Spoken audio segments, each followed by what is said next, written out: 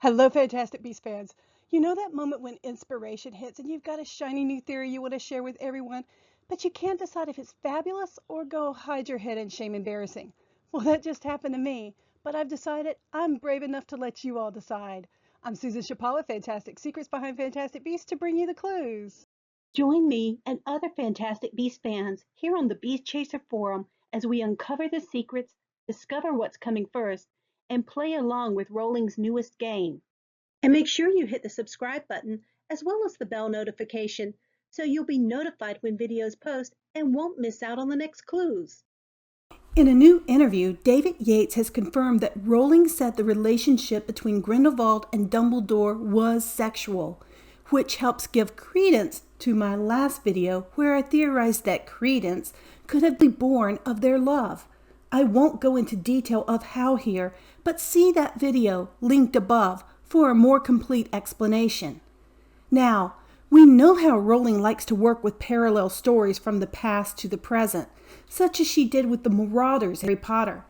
I believe she's hidden a key parallel to Albus and Gellert's love child of the past in the current story. Remember all the speculation surrounding the image of Queenie in one of the last cast posters, that she is pregnant? We did not see this revealed in the movie, but I think it's still there. Now here's the possible crazy part. What if Grindelwald uses Queenie's pregnancy to manipulate her to his side to help him control Credence?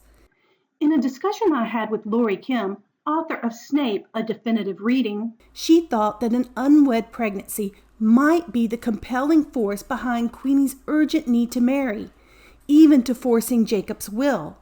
Queenie seems quite desperate, what Jacob describes as crazy. She's horrified when Newt removes the spell from Jacob.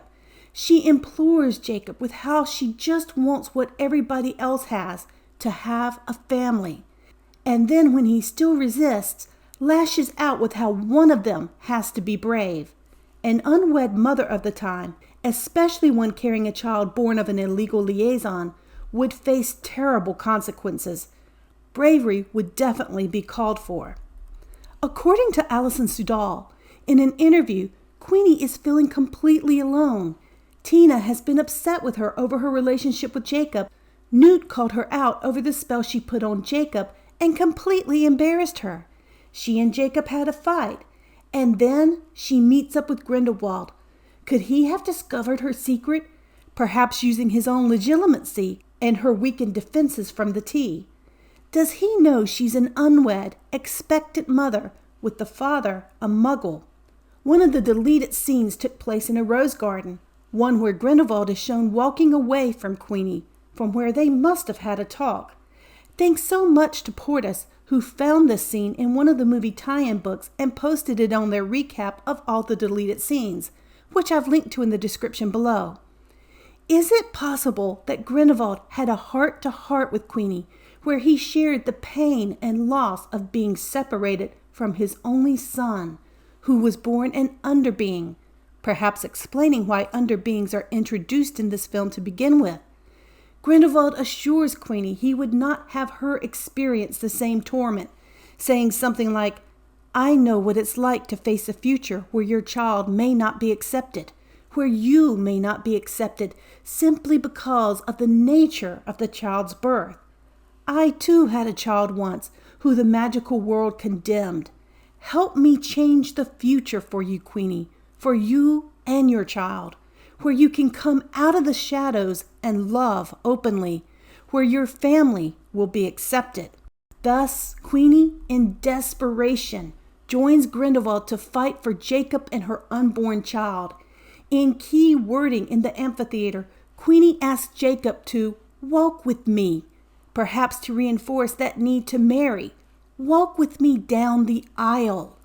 Indeed, the rose garden almost looks like a setting for a wedding, but Jacob calls her crazy. She's not crazy, but she's on a journey, one of transformation, as noted by her moth pin and the wings she wears. Fantastic Beasts film series found this great quote from Allison about Queenie.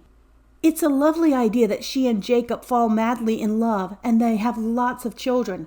But where is the drama in that? This is an exploration of the uninitiated maiden's descent into the underworld. The descent into the underworld is exactly the point I made in a prior video about Queenie being potioned.